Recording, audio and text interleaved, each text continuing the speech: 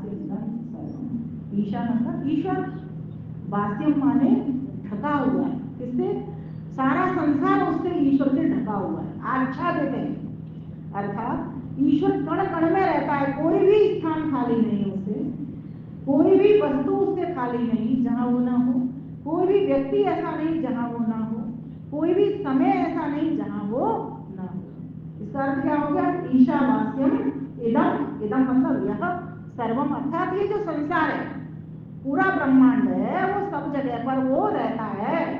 कोई एक स्थान नहीं, कोई एक देश नहीं, कोई एक समय नहीं, कोई एक व्यक्ति नहीं, कोई एक वस्तु नहीं, कोई एक प्राणी नहीं। इसीलिए जब सब जगह पर रहता है तो वो परमेश्वर हमको हर जगह से मिल जाना चाहिए, मिल जाना चाहिए ना। घर में भी मिल जाना चाहिए, दुकान में भी मिल जाना चाहिए, बाजार में भी मिल जाना चाहिए, दफ्तर में भी मिल जाना चाहिए, हर जगह वो मिल जाना चाहिए। लेकिन फिर भी हमको ना वो घर में मिलता, ना वो दुकान में मिलता। मजे की बात है, चीज है, भरी हुई है, सारा संसार उसी से ढका हुआ है, आच्छादित है। आत्मा के भीतर भी वो सूक्ष्मता के द्वारा बसा हुआ रहता है, आत्मा से भी वो अलग नहीं है, लेकिन असंग होकर के रहता है, चिपकता नहीं है। लेकिन हम जीवात्मा हर वस्तु से चिपक जाते हैं, हर स्थान से चिपक जाते हैं, अपने संबंधों से चिपक जाते हैं। हम किसी भी चीज को छोड़ना नहीं चाहते, लेकिन वो ईश्वर सब में रहता है, सबको समाहित करता है, किसी भी चीज को छोड़ता नहीं है, लेकिन फिर भी छोड़ करके रहता है। सब में रहता भी है, लेकिन सब किसी चीज से चिपकता भी नहीं है। जैसे कमल का फूल जल में रहता है, लेकिन जल से स्पर्श नहीं करता, ठीक इसी प्रकार से ईशावास्यमिदं सर्वम, ईश्वर वास्यम उसने ढक रखा है, इदम यह सर्वम सारा संसार, जगत्याम जगत, इस पूरे ब्रह्मांड में भी जो प्राणी मात्र हैं वे भी सब उसी से ही ढके हुए हैं। जो जड़ वस्तुएं हैं या फिर चलने वाली हम जैसे प्राणी मात्र हैं, वे सारे के सारे उस परमेश्वर में रहते हैं। इसलिए हम परमेश्वर का एक नाम और क्या कहते हैं? हम उसको वसु भी कहते हैं, जो हमारे भीतर रहता है, बसता है, और जो हमको बसाता है। तो परमेश्वर ईशावास्यमिदं सर्वम जगत्याम जगत तेन त्यक्तेन भुंजीता। अब जब आपने ये बात समझ ली कि सब जगह रहता है, कोई जगह खाली उसे है नहीं, तो इसका मतलब सामने स्वर्णलता माता जी भी है, चावला माता जी भी है, आपके भीतर भी है, यहाँ भी है, तो मेरा व्यवहार कैसा होगा जी? बहुत बढ़िया होना चाहिए। क्यों? क्योंकि ईश्वर सबसे बड़ा है, ज्येष्ठ है और श्रेष्ठ है, और इनके भीतर भी रहता है, सिर्फ मेरे भीतर ही नहीं रहता। ये मंत्र खुद कह रहा है हमसे कि ईश्वर सबके भीतर रह रहा है, तो मेरा व्यवहार कैसा होना चाहिए? जैसा व्यवहार मैं अपने साथ चाहती हूँ, वैसा ही व्यवहार मेरा स्वर्णलता माता जी के साथ भी होना चाहिए। ये मंत्र कह रहा है। वो सिर्फ इतना नहीं बता रहा कि ईश्वर सब जगह रह रहा है, हम क्या करेंगे सब जगह रह रहा है। वो ये बता रहा है, उसको देखो जो करता है, धरता है, तुमको धारण भी करता है, तुमको बनाता भी है, तुम्हारा पालन भी करता है, तुमको वेद का ज्ञान भी देता है, तुमको कर्म फल भी प्रदान करता है। ऐसे ईश्वर को चारों ओर निहारो। जब तुम चारों ओर निहारोगे तो तुम्हारी जो अनुभूति है वो क्या होगी? आत्मवत् सर्वभूतेषु, सभी भूतों में, भूत अर्थात प्राणियों में, सभी प्राणियों में आप उस परमेश्वर को देखोगे। जब देखोगे तो सबसे अच्छा संबंध आपका रहेगा, कभी किसी से न राग होगा न द्वेष होगा। आज हम अपने ईश्वर को सिर्फ अपने बच्चों में देखते हैं, सिर्फ अपने पति में देखते हैं, सिर्फ अपने संबंधों में जहां तक सीमित है वहीं तक देखते हैं। लेकिन वो तो सीमित नहीं है ना, वो तो सीमा से परे है, वो तो असीम है, वो हर जगह पर रहने वाला है। इसलिए हर स्थान में देखो उसको, हर वस्तु में देखो उसको, हर व्यक्ति में देखो। देखो नामदेव को तो कुत्ते में भी भगवान दिख गए थे, जब वो भोजन कर रहे थे दिखे थे ना। कैसे दिखे? जब वो रोटी पे घी का कटोरा अपने पास रखते भोजन कर रहे थे, तो एक कुत्ता आया उनकी रोटी को लेकर के, बिना घी की रोटी को लेकर के चला गया। तब तक वो घी से रोटी को चुपड़ नहीं पाए थे, पीछे पीछे भागते हैं। क्यों? क्योंकि उनको बोध था इस कुत्ते में भी भगवान है और मेरे भीतर भी भगवान है। रोटी लेकर के चल देता है और वो भागते हैं पीछे पीछे घी का कटोरा लेकर। अरे मेरे प्रभु बिना घी की रोटी, अरे मेरे प्रभु बिना घी की रोटी। ये क्या है? उनको वेद का ज्ञान था, उसी आधार पर तो वो कुत्ते के पीछे भाग रहे हैं। आज मेरा जैसा होता तो डंडे लगा करके भगा देती। ले मैंने अभी तो बड़ी मुश्किल से तो रोटी बनाई, आटा भी खत्म हो गया था, नौकर को कह के आटा मंगाया, तब जाकर के गैस भी खत्म हो रही थी, पड़ोसी से सहायता ली, तब जाकर के गैस मंगाई, है ना, और फिर मैंने बनाई भी तो उसको भी कुत्ता लेकर के खा गया। क्यों? क्योंकि आत्मवत सर्वभूतेषु को मैं जानती ही नहीं थी कि सभी प्राणियों में ईश्वर। हम कहते तो है कि ईश्वर सब जगह रहता है, सब प्राणियों में रहता है, स्थान में रहता है, उसकी न काल से दूरी, न स्थान से दूरी, न वस्तु से दूरी, न व्यक्ति से दूरी, लेकिन ये आचरण में कहाँ आती है? अगर आचरण में आ जाए तो जिसके पास धन है वो धन देगा, जिसके पास ज्ञान है वो ज्ञान को भरपूर देगा, जिसके पास जो वस्तु है, जो योग्यता है, उसको वो चारों ओर घेर देगा, और जहां भी उसको योग्यता दिखती है, जहां भी जो वस्तु होती है, उसको वो ग्रहण करने का भी प्रयास करेगा। कोई न तेरा न मेरा। कबीरदास को गुरु नानक देव जी को कैसे बोलूंगा?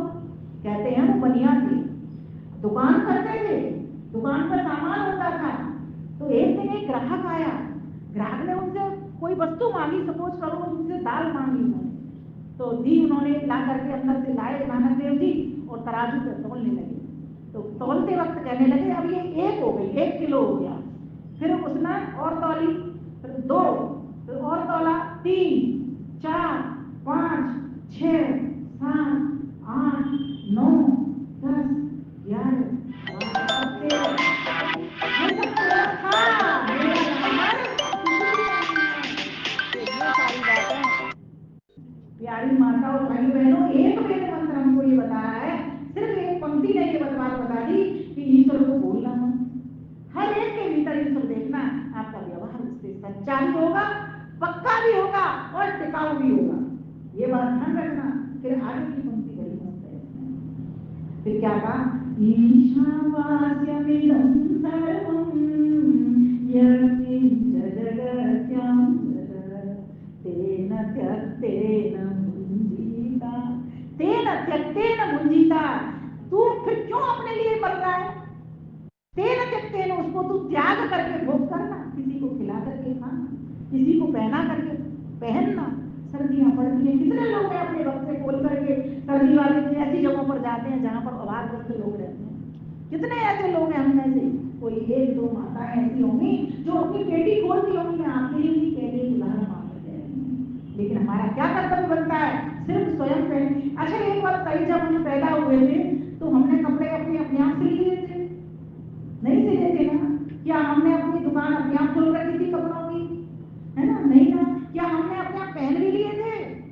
माँ ने पहनाए थे, हमारे हाथ ऊपर किए, टांग खींच कैसे कर करके हमको पहनाना सिखाया, चलना सिखाया। पड़ोसन आई, बच्चा भूखा था, माँ कहीं चली गई, वो अपने हाथ कांटे कुछ लाई, वो खिला के चली गई। जब समाज से हम बने, जब समाज ने हमारा ताना वाना बुना, तो क्या हम अकेले जिम्मेदार हैं? नहीं ना। हमारा भी कर्तव्य बनता है, जिनके पास जो वस्तु नहीं है उनको वो वस्तु देने का हमारा भी अधिकार मानव मात्र के नाते बनता है। तो कहा तू त्याग पूर्वक भोग कर, तब तो हम मानेंगे कि तू ईश्वर को सब जगह जानता है, नहीं तो तू ईश्वर को सब जगह नहीं जानता। सिर्फ इतना सा जान लिया कि तूने वेद पढ़ लिया, इसलिए ईश्वर सब जगह रहता है, बस इतना जानता है।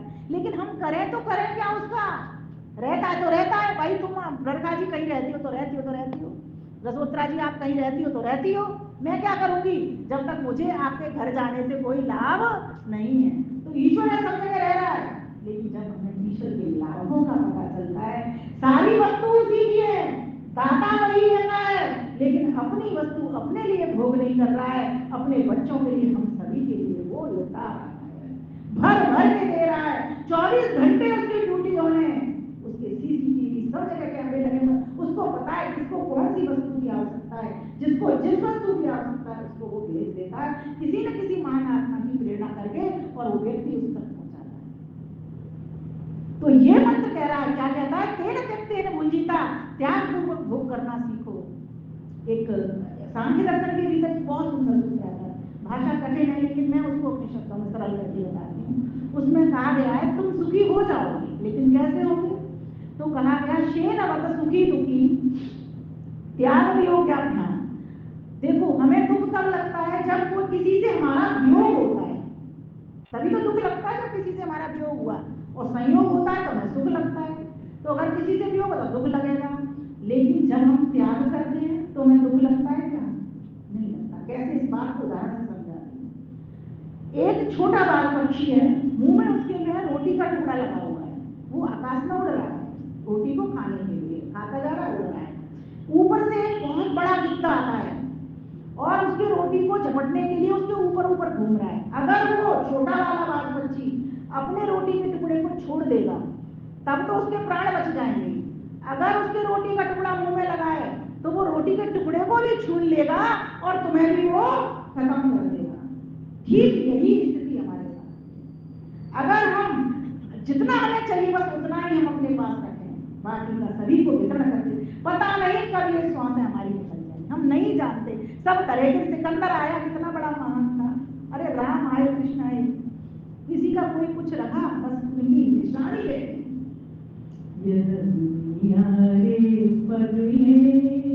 एक रोम कहानी है, अपना नया कोई हर चीज विलानी है। जब फूल सा बचपन भी कायम न रहा तेरा, हर शास्त्र ये कहता है 2 दिन की जवानी है।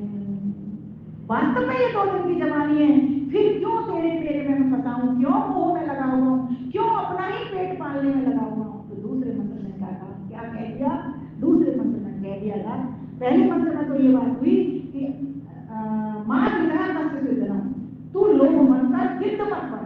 गिद्ध क्या करता है, मरे हुए मांस के ऊपर झपट्टा मारता है ना, लेकिन मनुष्य क्या करता है, जिंदे को भी खाना चाहता है।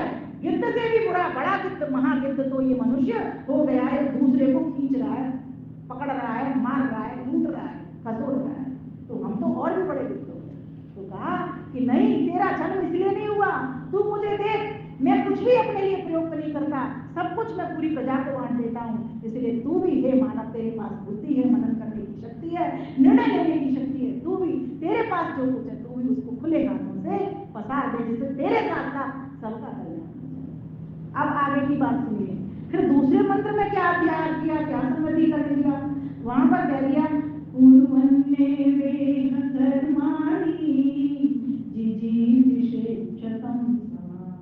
कर्म करते हुए ही, कुर्वन् एवं ही, कर्म करते हुए ही, कौन से कर्म, निष्काम कर्म करते हुए ही, कुर्वन् कर्माणि जिजीविषेचतमः, हे मनुष्य तू जीने की 100 वर्ष तक जीने की इच्छा कर। और हम कैसे कर्म कमा करके 100 वर्ष की जीने की इच्छा करते हैं, सांसारिक कर्म करने की, सकाम कर्म हम करते हैं, मेरा घर भर जाए, मेरा पेट भर जाए, हम निष्काम कर्म नहीं करते।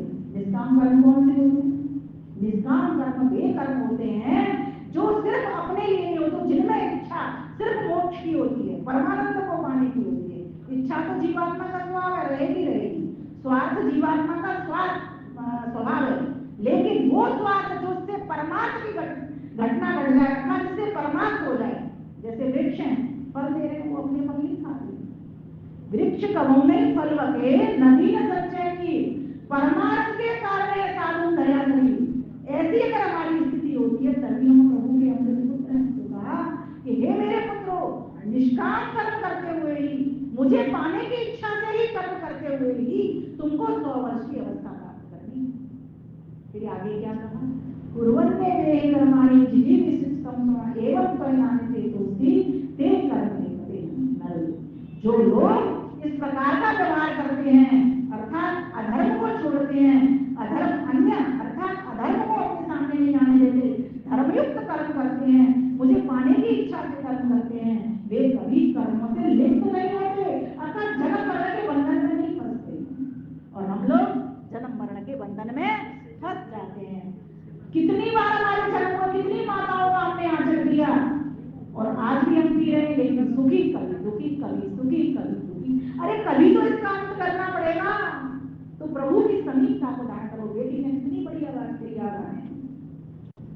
उसका ध्यान लगाओ, उसको पाओ, तुम्हें तो जन्म मिला पाने के लिए मिला है और हर जगह से उसको प्राप्त कर सकते हो, लेकिन आपके भीतर एक शुचिता चाहिए, ईमानदारी चाहिए, सच्चरित्रता चाहिए, सद्गुण चाहिए, उससे मिलन की एक अंदर से इच्छा प्रकट होनी चाहिए। वेदांत क्या कहता है, अथातो ब्रह्म जिज्ञासा, हमको ब्रह्म को जानने की इच्छा हमारे भीतर पैदा होनी चाहिए। ये हमारे दर्शन हमको बताते हैं वेद के साथ साथ। तो क्या कहा, कुर्वन्ने वे कर्माणि जिजीविषितं त्वा एवं त्वय नान्यथे तोऽस्ति ते कर्म लिप्यते हरे। फिर तुझे कोई भी कर्म, तेरा कोई भी किया हुआ कर्म तुझे बांधेगा नहीं। अभी हम क्या करते हैं, जैसे मैंने खाना बनाया, ठीक ध्यान से सुनना, ये कर्म क्यों बांधते हैं हमको, मैंने खाना बनाया, अब मेरे मन में क्या भावना है कि मैंने खाना बनाया है, तो मैं खाने से बंध गई ना, उसी को मैं सोचती चले मैंने खाना बनाया है जी, मैंने खाना बनाया है जी, मैंने खाना बनाया, तो ये मेरे से बन गया, संस्कार मेरे में भीतर जमा होता चला गया। और मैंने खाना बनाया, सिर्फ इसलिए खाना बनाया कि यहाँ पर सभी को मुझे खाना खिलाना है, तो बात खत्म हो गई। तो बातों को खत्म करते चलिए, आप जो भी कर्म करिए, नेकी कर दरिया में डालते चलिए उसको, फिर आपको कर्म बांधने वाले नहीं।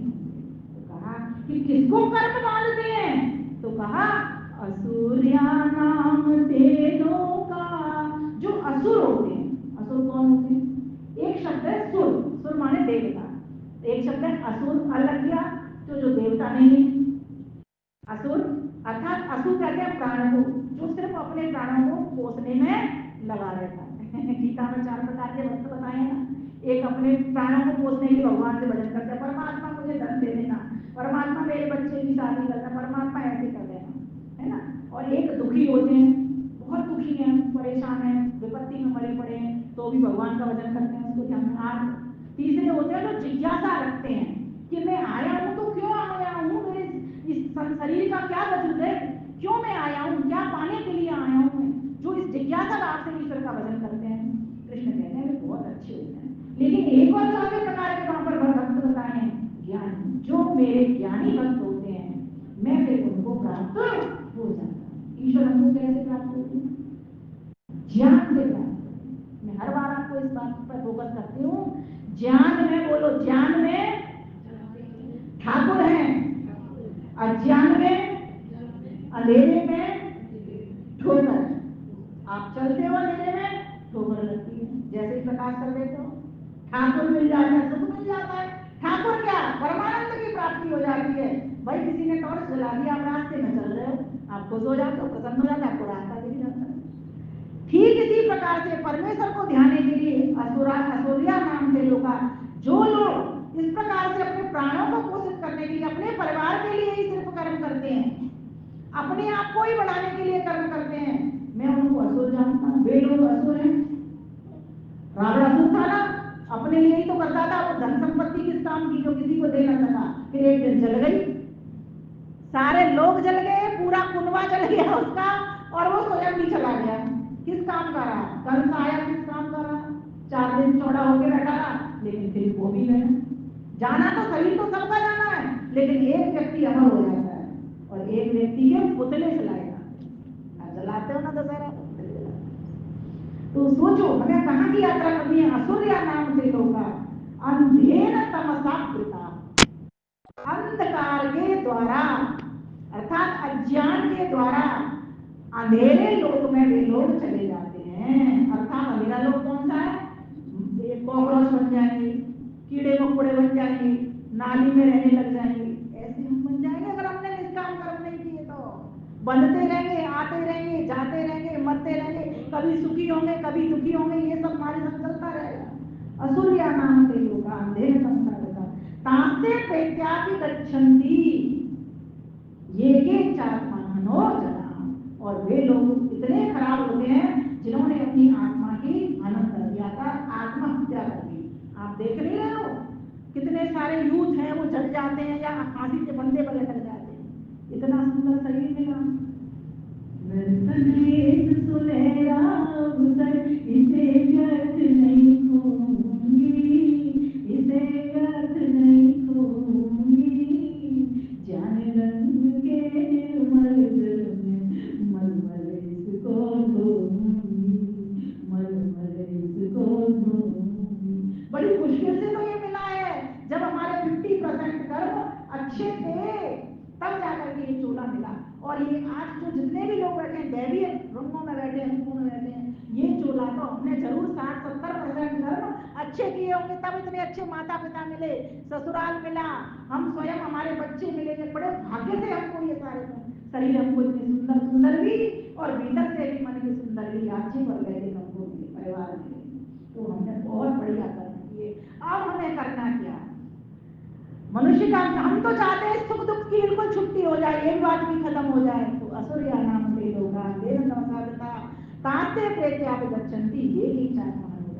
तो कहा कि हमें असुर लोक में नहीं जाना, हमें तो देवता के लोक में पहुंचना है। हमें अपनी आत्मा का हनन नहीं करना, अपनी आत्मा को हमको प्रज्वलित करना। कैसे? अयम आत्मा जाग वेदस्ते अयम तब इदम आत्मा, ये जो मेरी ईंधन जैसी आत्मा है ना, इसको कैसा करना है? मुझे समिधा बनाना है, और समिधा भी धुआं वाली नहीं बनाना, मुझे इसको अग्नि से लपेट करके प्रज्वलित करना है, खूब घी डालना है इसमें। घी किसका? ज्ञान का घी डालना है। ज्ञान का घी जितना जितना इसमें पड़ता चला जाएगा, मेरी आत्मा प्रकाशित होती चली जाएगी, आलोकित होती चली जाएगी। इन मंत्रों का ये ईश्वर की वाणी के पास जो व्यक्ति बैठता है वास्तव में वो महान हो जाता है। कृष्ण भगवान वेद पढ़ते थे अपने गुरु संजीवन से, भगवान राम वेद पढ़ते थे अपने गुरु वशिष्ठ से, ऐसे ही कोई नहीं बन जाता। महर्षि दयानंद ने पूरा व्याकरण ग्रंथ वेदों का अध्ययन कहाँ किया? अपने गुरु विजयानंद के पास किया, तब जाकर के महर्षि दयानंद ऐसे नहीं बन जाते बिना वेद पढ़े, बिना वेद सुने। चलो पढ़ नहीं सकते तो सुन तो लो, और फिर सुन भी लिया तो उसको जीवन में तो लेने का प्रयास करो। जब तक जीवन में नहीं आएगा तब तक कुछ होने वाला नहीं। इसलिए प्यारी माताओं बहनों, समय की अपनी सीमाएं 4:50 हो गए हैं, बातें बहुत है, भजन भी मुझे गाना होता है, लेकिन अपना भजन तो छोड़ रही बोल दो पंक्तियां बोलती ओम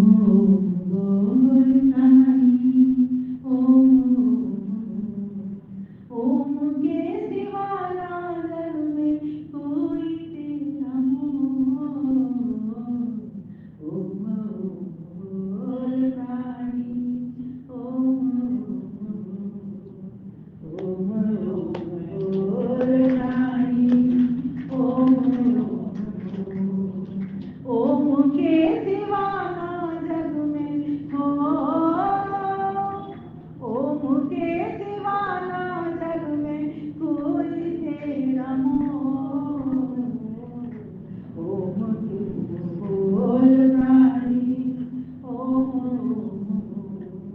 ओम से बनाए जग ओम में ही जाना, ओम से बनाए जग ओम में ही जाना, ओम में ही रह के सब ओम से ही पारना, ओम में ही रह के सब ओम से ही पारना।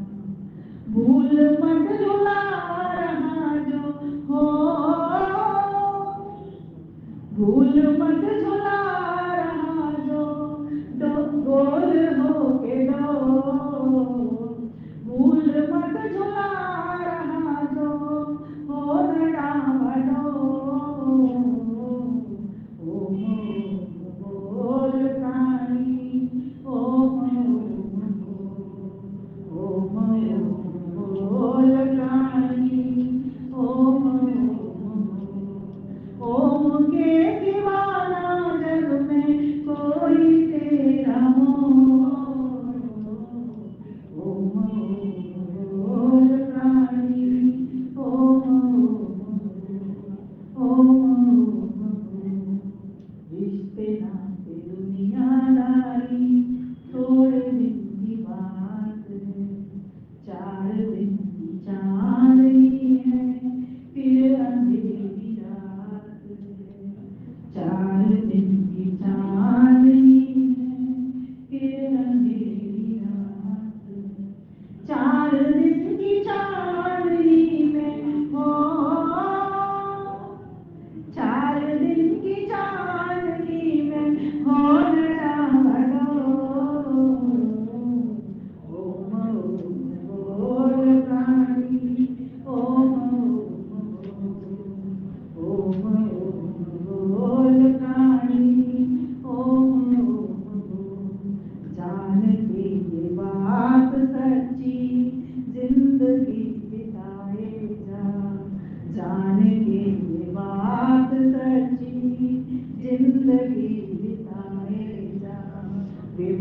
धवल होके ओम गाएगा, विमल कमल धवल होके ओम गाएगा, सौंप करके डोर उसको हो,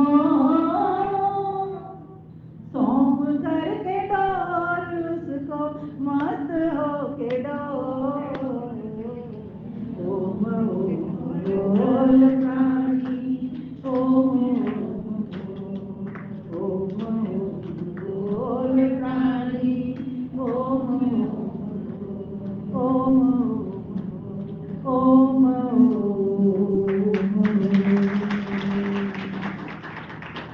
आप सभी का बहुत बहुत धन्यवाद इतने श्रद्धापूर्वक ऐसे सवाल करने के लिए। परम पिता परमेश्वर को नमन, इसकी वेद बोलने का प्रयास किया। धन्यवाद, नमस्कार।